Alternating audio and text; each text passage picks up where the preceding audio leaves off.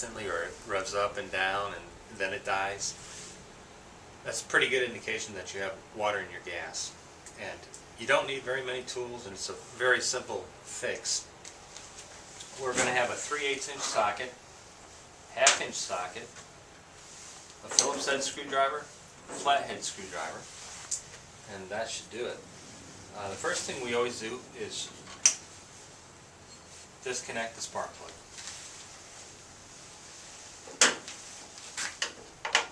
I'm going to remove the air filter.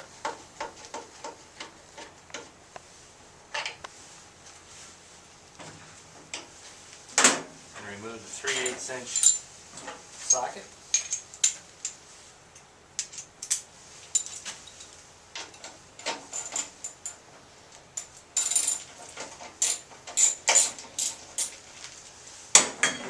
Probably should have said this first, but if you look inside the gas tank and you wiggle it around, you'll see little bubbles on the bottom of the tank, and that's water. Gas will rise above the water and trap the water underneath it. That's why your fuel pickup line, as it tries to force it into the jet, stalls it out, because it's really pulling from the bottom of the tank.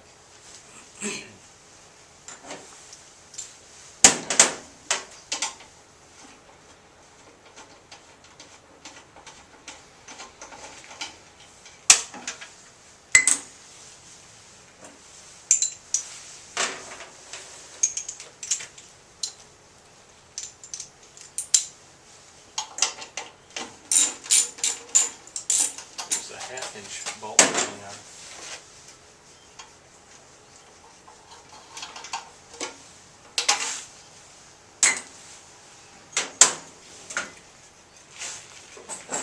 Just wiggle this back and forth, and then to disconnect the governor springs, it's very simple. Just bend it down and tip it out. There you go. Then what we're going to do is take the bad gas, and I have a special container just for bad gas. We're going to empty out, and we're going to start with fresh fuel.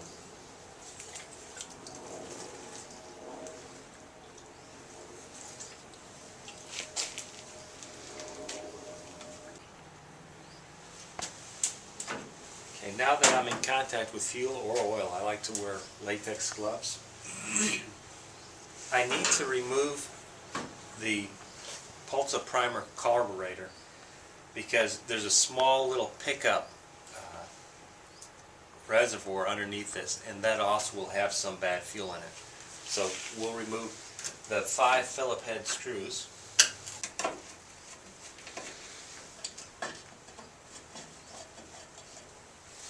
The carburetor should just slide right out.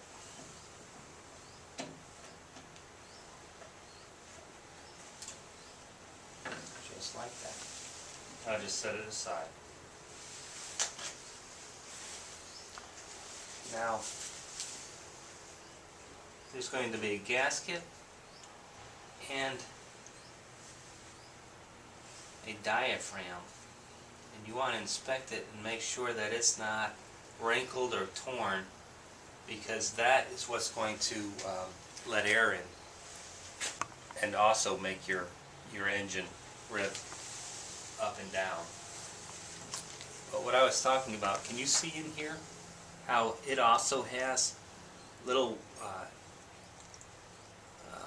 bubbles underneath the fuel? That's water, and these are pickup spots, and we have to get that out also. As I just dry them up.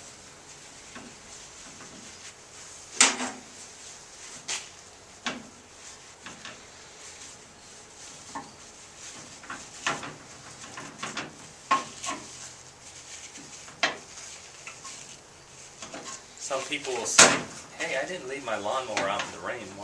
Why do I have water in my tank? Well, condensation. If you leave your gas can out in the rain, you might contaminate it through that system. You know what I like to do clean the tank itself. And I'll take all my paper towels and I'll ball them up and push them in to the tank. Hold it over to the edge and I'll sop up what little bit of fuel I have left in there.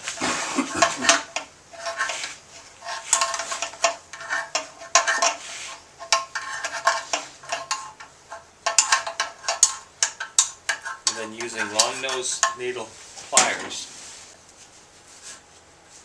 and I'll set this cloth out into the sun and let the fuel evaporate off of it. That looks very good. And that way it won't combust.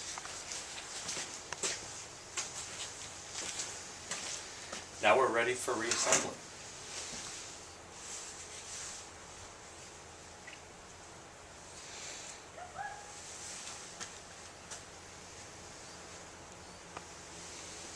The diaphragm goes back on.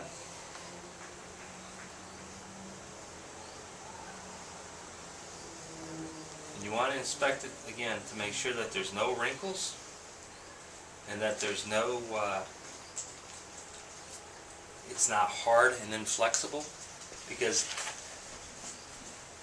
these little flaps right here, those are fuel flaps. They're valves. And this little diaphragm right here is the pump, the gas pump. You want to look in here and make sure that it's not clogged with fuel. I'm sorry, dirt. And if you got a little can of air or a little compressor, you might want to just hit it with some compressed air. This looks pretty good. Set this back on here.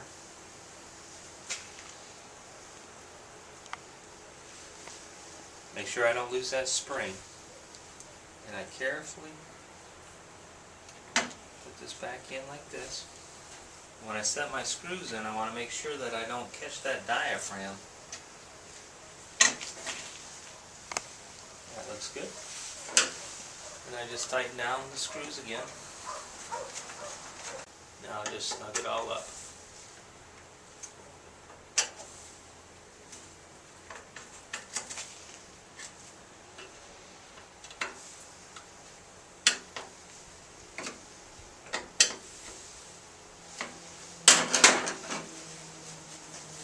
Want to make sure that O-ring is in there and that retainer is in there. And now we're just going to reassemble. Very simple, just reverse order. I'm going to take the governor springs, pop it back inside there, like so. Slide it over it.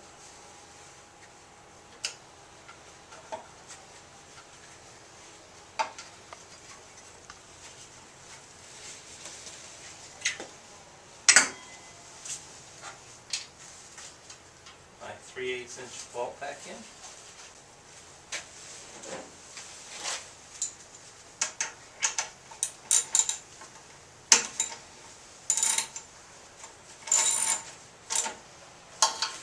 Air filter back on.